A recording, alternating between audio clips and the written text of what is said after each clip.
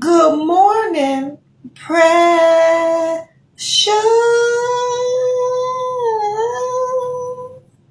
Wah, wah, wah, wah. How you doing, baby? Happy Friday. And today on Coffee and Conversation with your girls.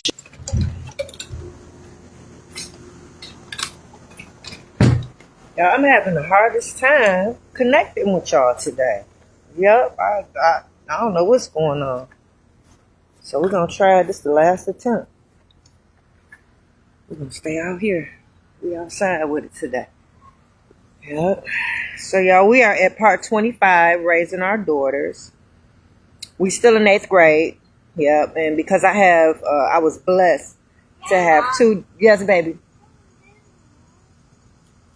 Can you talk with me? Yep, in a minute. As soon as I finish the video, okay? You got to clean it off. Okay. So I was blessed to have two daughters. So we looking at raising our daughters from the 8th grade and the 4th grade. Yeah. So I'm using me kind of guide us through. Right. Everything I was doing was working. Yeah. Got to keep that in mind. Everything I was doing was working. Y'all don't want to be so far away from y'all. Let me see if I can get a chair.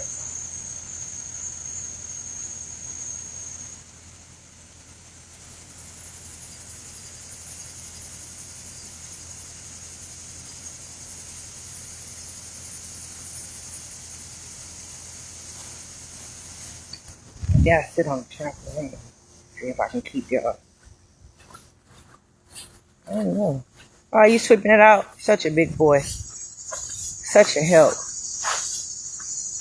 Okay, can we sit on here?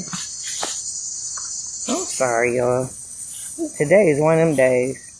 Yeah, so I have two daughters. So we're looking at raising our daughters from 9th grade, 8th grade, 4th grade. We having fun. Yeah, we having fun. We're going to the park. We're doing stuff that you do with your kids to have fun. Yep. Never had a lot of money, but you will be surprised the things you can do with no money. Yeah, just spending time with each other. So yeah, that was a big thing. Making sure I spent quality time with the girls. Making sure I had them interactive with everything that I was doing. Going everywhere I went, you know. Making sure they were privy to conversations, to certain things, just so they'll know. But you got to keep in mind what I'm preparing them for, right? So, you know, I just understand how much time, how much energy, how much effort was actually put into raising my kids, not just allowing them to just grow up, you know, just really putting time in, correcting their behavior, making sure that, you know, correcting their grammar, just on top of them, making sure their posture, making sure they were dressed, pull your pants up, put your belt on, just make sure you got your wallet, young man, young lady, make sure you got your purse, just, I mean, little stuff, you know, but making sure I dot all the I's and cross all the T's. So yeah, that's a lot of work. So we having conversations every day around this time. Yep. We taking turns sharing our story. Yep. Probably let the oldest go first, and then the baby will talk, and then her dad will call, then we'll stop, and then once she get off the phone with him, it'll pick back up. She finished with her day, just like clockwork. Cause he was just as efficient as I was. It was just like clockwork. Like I said, me having a plan for my children and what I wanted to do with us, he had a plan as well to get me out his life. So just like all my moves were deliberate, intentional, on purpose, his was too. So calling at that time, he knows we're having our car ride conversations, right? So he will call every time like clockwork. We'll stop, and then we'll resume, and then I'll tell him about my day. Yeah. So that's where we at around this time. Not on the phone, radio turned down, yep, or off, so I can hear, everybody can hear each other. No distraction, right? Yeah, I'm still doing their hair. Yeah, I know mine ain't done right now because I had watched it last night. It was so hot yesterday from painting and then cleaning those buildings, being in that warehouse. Oh my God, I had to wash my hair last night, guys. But I like doing hair. Yeah, my auntie and my grandma used to do my hair coming up, so I know how to do hair. Mr. Little, rest his soul, used to do my hair in my younger teenage years, right? So I learned a lot just being in the shop. My little cousin do hair, so going over there to wait my turn, watching her do, it's just, I love doing hair. I love French braiding my daughter's hair. You see the little girl's hair that I do over here? Yep, every other week I'm doing it, so almost time for them to get their hair. I wouldn't be surprised if they over tomorrow, right? So yeah, it's time for them to get their hair done. So with the beads, so yeah, at that time I was still French braiding their hair. I would have one sit in front of the other and take the other one's hair down. That was quality time spent. So I had to plug that in because as we grow in this, you'll know why it was so important for grandma to stop sending her to the beauty salon. Yeah. Yes, baby. Okay, here I come. So yeah, so we're having quality times doing her hair. And it's crazy because it was a couple times that hair day fell on the weekend and just so happened she was over her dad's house. I called the grandma, let her know that I wanted to come over, what time it'd be good to come do her hair. I went over there, washed it, blow dried it, did it. Like, we were cordial.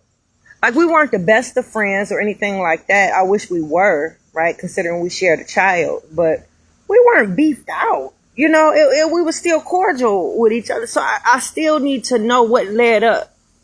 Because you got to have a build-up.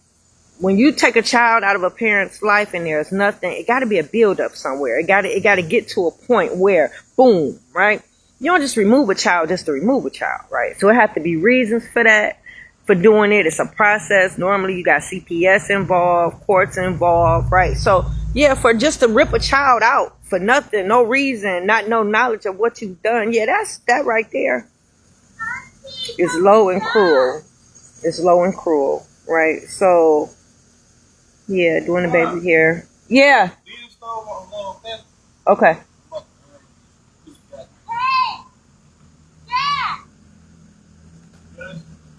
So, yeah, so we were cordial. So, I still don't know what happened. Yeah. Because the book was out.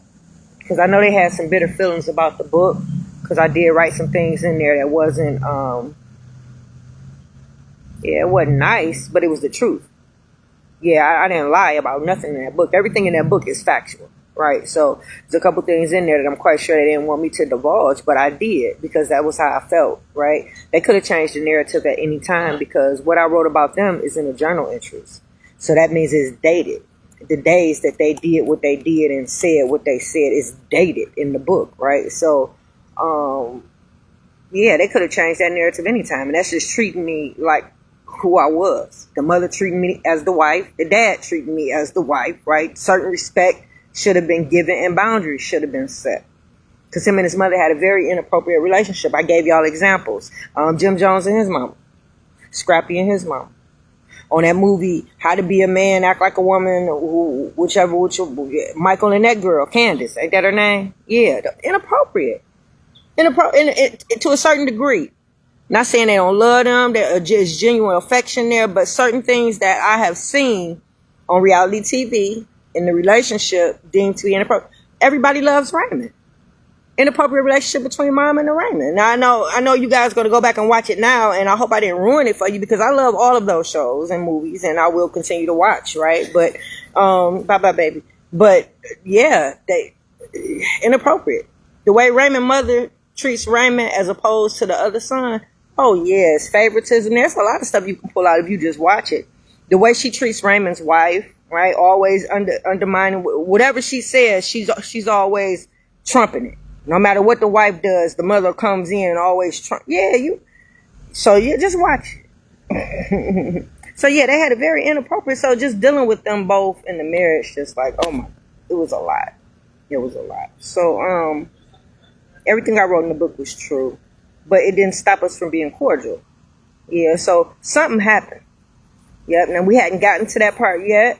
Because at 9 years old, I done been over there a couple times. I done did her hair over there. She speaks to me when I come. We don't have conversations for real. But I'm in her house. It's not No, I'm not feeling nothing yet. She does have the phone now. He does call every day. But I'm not feeling nothing yet. My daughters is loving on each other. They loving on me. They respectful. We having a good time. We having a good time, right? By this time, he's married. I never met the wife. Yeah. He met every dude I dealt with. Yeah. You dealing with somebody, y'all not together no more, yeah, they need to know where their children are and who their children are around, right? So you don't have no relationships, you know what I'm saying? I wouldn't advise you to have everybody around them kids that you're dealing with. The only people that my children met were people that I was involved in relationships with. I hate that it was a couple, but it was. I married one, I was engaged to one, and I was living with one, yeah. And he met every last one, yeah. Shit. Yeah, that's one thing about me. I refuse to be in a relationship, and I'm not happy. Oh yeah, I'm sorry. Yep, and I'm gonna try again because I believe it takes two. Yep, I believe there's somebody out here for everybody. Yep, it's just the people that I met with, but I gave it a try. You know, and because that's why I would give it. But the Lord sent me somebody for every stage of life. It seemed like. When I was going through something or trying to connect and do something different, it seemed like he sent me a decent man because none of the men that I was with, they wasn't bad men. No, they was not bad men. No. Just because we don't work out, just because the relationship don't work, that don't deem those people to be bad people. Y'all just wasn't good for each other, right? And at a certain time, they were good for me. And then as I grew and evolved, it seemed like they didn't come with me. Or we weren't together. We weren't evolving together, and we kind of grew apart type situations. Yeah, I ain't never had no just bad man. That's why you don't never hear me bashing men on here. So of course, raising my daughters, I didn't bash men to them, and I never wanted them to bash me, and I never wanted them to stereotype men because all men not the same. Just like I don't believe all men cheat. I don't. Yeah. So call me naive, call it what you want, but I really don't believe all men cheat. Yeah. So he got married, didn't meet the wife until after. Yep. Yeah, I should have met her. I should have gotten to know her. Considered she was going to be around my baby. Yep. But we got to know each other and we actually established a relationship before he pulled the baby out and cut all ties and disconnected everything. Me and the wife was cool. I would go over there and chill with her. When I dropped the baby off, I sit on the porch and chill. If I'm at the grocery store, I'll call and see if she needed anything. I attended the baby, their son's birthday parties. Like, I really need to know what happened because I'm still the same person. Yep, I'm still the same person. So something happened. Yeah, so we're not there yet. Baby not even there yet. He hasn't even had that little boy yet, but I'm just letting you know we had a relationship at some point. We talked on the phone, text each other. Yep. I never talked bad about him to her. No. She never just divulged their personal like that. You know, we've had conversations, but not like that. And I never pried. And our conversations were about the baby and things of that, what I'm doing with the baby. And it wasn't about him. Never was about him. And I would never, try to destroy it. Because I think that's probably what he thought, maybe. Because he hated us being friends. Yeah, every time he would come out, if we on the porch talking, he'd just look so disgusted. Like, I couldn't understand it. Every time I would call, because I would talk to her, because you need an ally in that house. You need to be friends with somebody. You need to know what's going on in that house if your baby's going over there every weekend. You need to know, right? So she was my ally, because me and him didn't talk much. Yep, I would call. He wouldn't answer half the time, barely return my text messages. And then when he did call, he would always seem like I'm annoying him, right? Like, what do I want? No matter what I'm calling for, right? You got to understand how hard that was to deal with all those years for nothing, right? Because, first of all, he should have forgiven me. Yeah, because the only thing I did was leave him. And then that bad thing that I did, I apologized to him for that. Yep, I apologized to him for that. I let him know that I just wanted to get him back for what he had did to me. Like, I apologized to him for that. So, the fact that I was taking care of his dad, and I think at this time, Dad is probably still living with us. Yeah. Us meaning me and my children. Because he had left us, left his dad. I had took care of his dad for about 4 years. So I think Dad is still living with us right about now. Dad hadn't moved out yet. So it's me, his dad, my kids. I'm just giving you reasons why he should have forgiven me at some point. You know, I was still using his cousin as my mechanic, and he was, that was it at that time, just using him as my mechanic. Like, me and the wife was cool. His great aunt across the street, I would stop and talk to her, ask her if she need anything. I would speak to his mom when she felt like speaking. Like, it was so many connections and relationships that was still built from the marriage. It was still so many connections. Like, all that still should remain intact and the same. Yeah, y'all are a family now. Even if y'all not together. Just because of that baby. Y'all are still a family. There still should be love there. There still should be. That baby is the connector. It shouldn't have been that much hatred coming from him or his mama. Especially when I'm dropping her off voluntarily every weekend. Like, that holds a lot of weight. Because you got people that play games when it's time for visitation to see these kids. You call and they not home. They ducking and dodging. You got to look for the baby. Hey, Andrea, how you doing, boo-boo? And you know what I'm saying? You ain't got to. He ain't have to do all that with me. Yep. And then if you think about it, if I would have allowed him to just come and get her, he wouldn't have been like clockwork. Yeah, he was a selfish ass man. So he would have came and got her when he finished shooting pool, or when he finished playing golf, or when he finished doing whatever he was doing. Then he would have came and got her. And I should have allowed it to play out like that, just so she could see what type of person he really was. But me being the mother that I am, me being a woman who had her father in her life, I'm not going to even do that. So I'm dropping her off. Yep, like clockwork. That right there should have been, I should have got the benefit of the doubt. The fact that he heard me check her when she raised her voice at him, showing him that he's respected in this house. Like, it was so many reasons for this man not to be mad at me and to have forgiven me. Yeah. So today, y'all, I'm going to pull out a few things. Yeah, because y'all test coming up, so I'm trying to get y'all fast forward.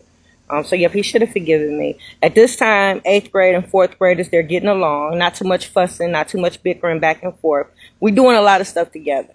Yeah, because I'm dropping them off. They go to the same school. I'm picking them up. You know, they one got practice. The other one going with us to practice. And so we're doing a lot of stuff together right about now. It's important when y'all break up to have that breakup conversation. Yeah, y'all got to sit down, talk about what y'all about to do. How can y'all make this life as normal as possible for this baby, considering y'all about to break up, divorce, separate, whatever y'all about to do, right? So, yeah, what's the best way to do this, right? What's it? Because if you leave tonight, you're going to be homeless. You ain't going to be able to do it. You're probably going to lose your job. You're going to lose your job. Like, all this stuff is going to happen. A domino effect is going to take place. Y'all need to sit down and talk about it and find closure, right? And through finding closure, y'all might come into a situation where you might can't leave tonight. You might have to stay here for about 3 months, sleep in the basement, save your money up so you can put down on a place, right? Because ain't no need of you being, you know what I'm saying? You this child's father. We still got to take care of this baby together. Ain't no need of you losing your job. You ain't got, no. Let's think about this for a minute, right? No contact. I know it sounds wild and crazy, but not for real, right? Not for real. So, yeah, y'all need to sit down, find closure, figure out who did what wrong. Even if y'all decide after that to continue to separate, yeah, y'all got to understand it now. Y'all know what y'all need to do. Certain duties y'all going to have to still keep doing for a minute until y'all both get settled and situated. Like, I allow him to still claim her on his taxes. I didn't try to upset his little money. None of that. I didn't up the child support. None of that. And I only use the child support for her. Yeah, mainly putting gas in the car. Because I was ripping and running. Yeah, so, and that only lasted maybe a week. Yeah. Huh? Was he? He just went on the porch, Brandon, because he was back here on the trampoline. Okay, I'm on live. Yeah, so you might have to stay for a minute. Save your money so you'll be okay when you leave. Yeah, you got to think about the children. And you got to put the children first. Yeah, you got to think about the children, what's going to be best for them, what's the best thing to do. And then y'all weigh out your options and then y'all pick which one. Yeah, so, yeah. Because just think about if my parenting wasn't interrupted, where my children might be. Yeah.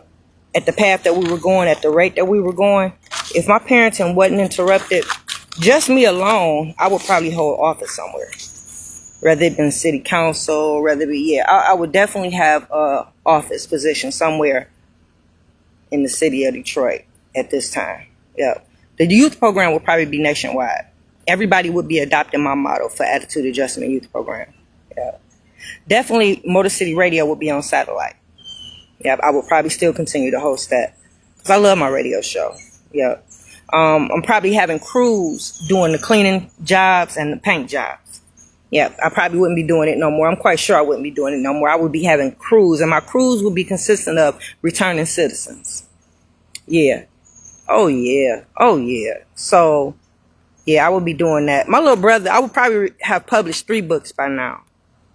And I definitely would have my own practice if my parenting wasn't interrupted. Yeah. My little brother would definitely have a shop where he was fixing on cars. And he definitely would have his landscaping company going. Yep. My son definitely would have a restaurant right now and probably 2 food trucks right now. Yeah. The girls definitely would have, they would have probably 2 stores and a business online right about now. Yeah. This was all part of the plan, right? So this was our mission. So we were working towards these things before the baby was pulled out. Yeah. We were getting prepared for this life. Yeah. So bringing us back to the 8th grader and the 4th grader. Yeah, I've started the program at this time. I finished my first book at this time. I'm thinking about starting a cleaning company at this time. Because it's 2012. I didn't start the cleaning company until 2014. I had did it years ago when the boys were little, but I didn't officially start it and get it running to 2014. So that's not up yet, but I'm thinking about it. The girls were the best of friends. They were so close. Yeah, they were so close. Best of friends. So yeah, we're going to pull a couple of things out. So the next thing I want to jump into is being present, because at that time they both were involved in things. So I'm attending award ceremonies. I'm attending every parent teacher conferences. I'm attending games. 'Cause you don't want to disappoint your baby. Yeah. So being present is important. Attending all those things is important, and trying not to disappoint them. And here's a couple things that can disappoint them. An alcoholic, abusing drugs and alcohol. Yeah, any one of those things. Gambling habit. Yeah, if you got a gambling habit to where you taking money from the home, so when it's time for them to get something, you can't get it because you don't spent it on gambling. Yep, that hurts them. It disappoints them. Showing up to the school half dressed. Yeah, showing up to the school with pajamas and bonnets on. Oh yeah, it embarrasses them for one, and they disappointed because they look for you to do better. Yeah, they come to school every day. They teachers is all dressed up when they come to school. You know what I'm saying? They looking at other kids' parents when they drop them off. They probably on their way to work, so they got clothes on. They looking presentable, right? And then here you come looking like this, looking like you just rolled out of bed, right? Yeah, it disappoints them. So keep that in mind. And I only know that because the kids tell me.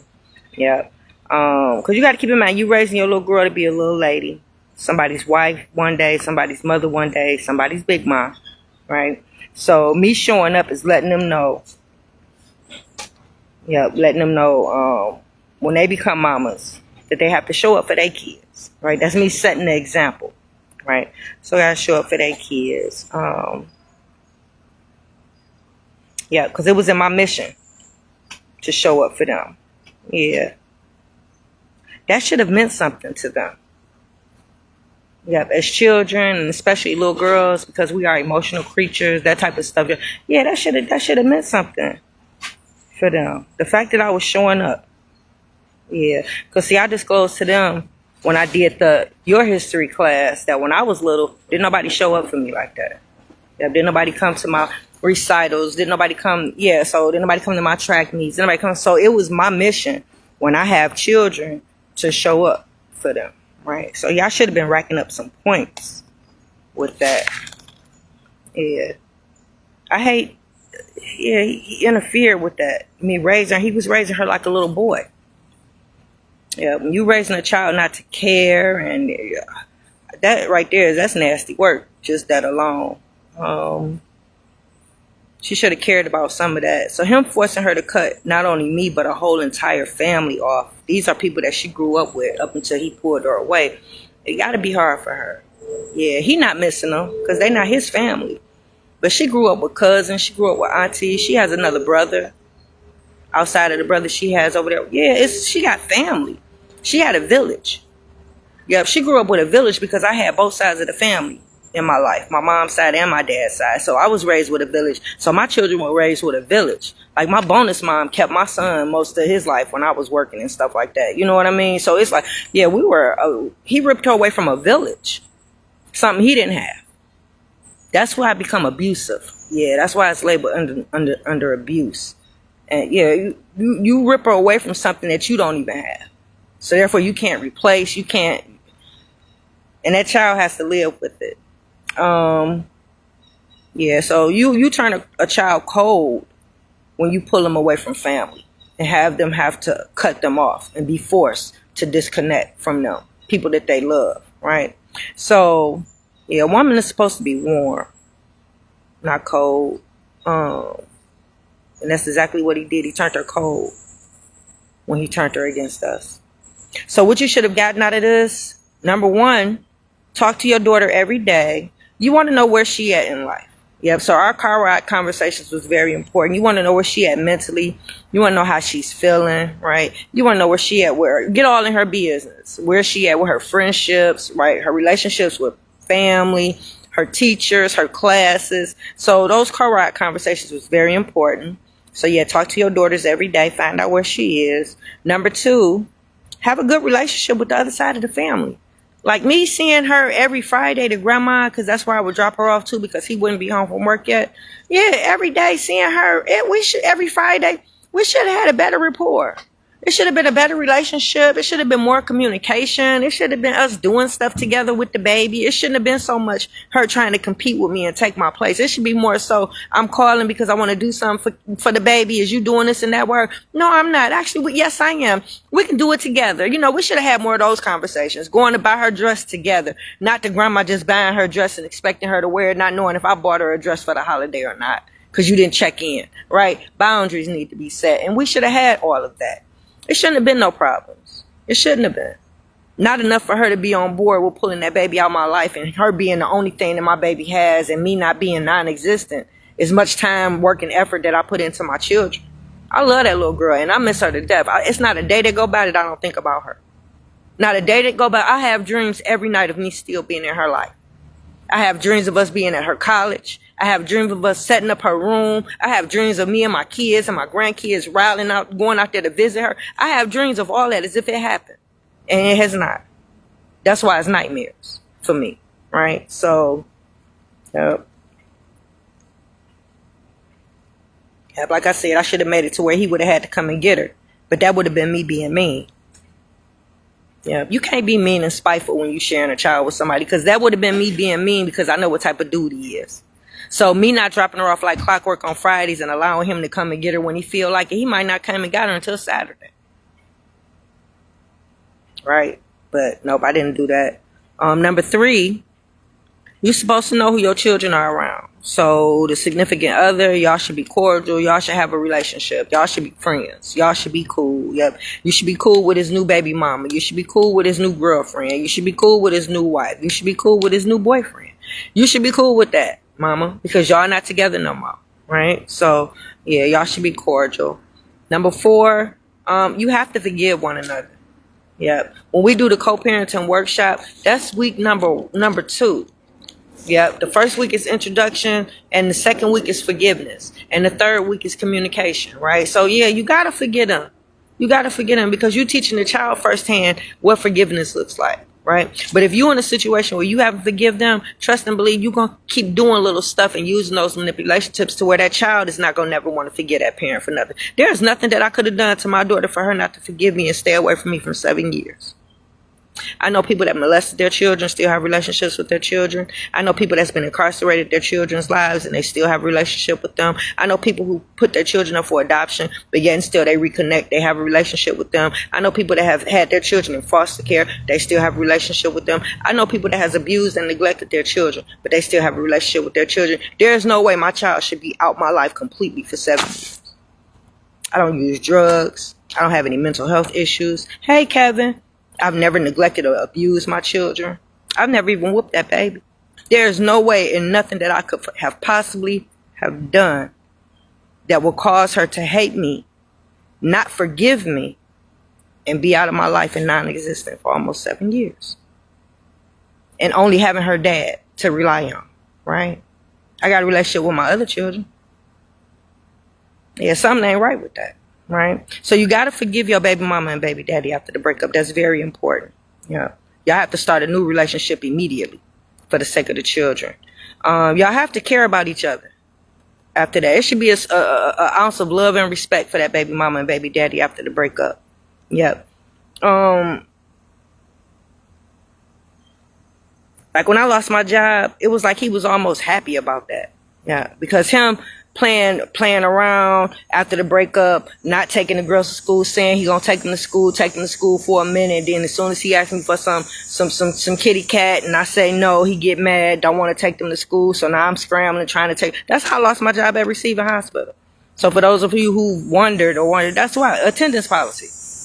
Had that job over 10 years, but because of the attendance policy, from the days that he want to play, don't want to take them to school, he would say stuff like, I'll take the baby.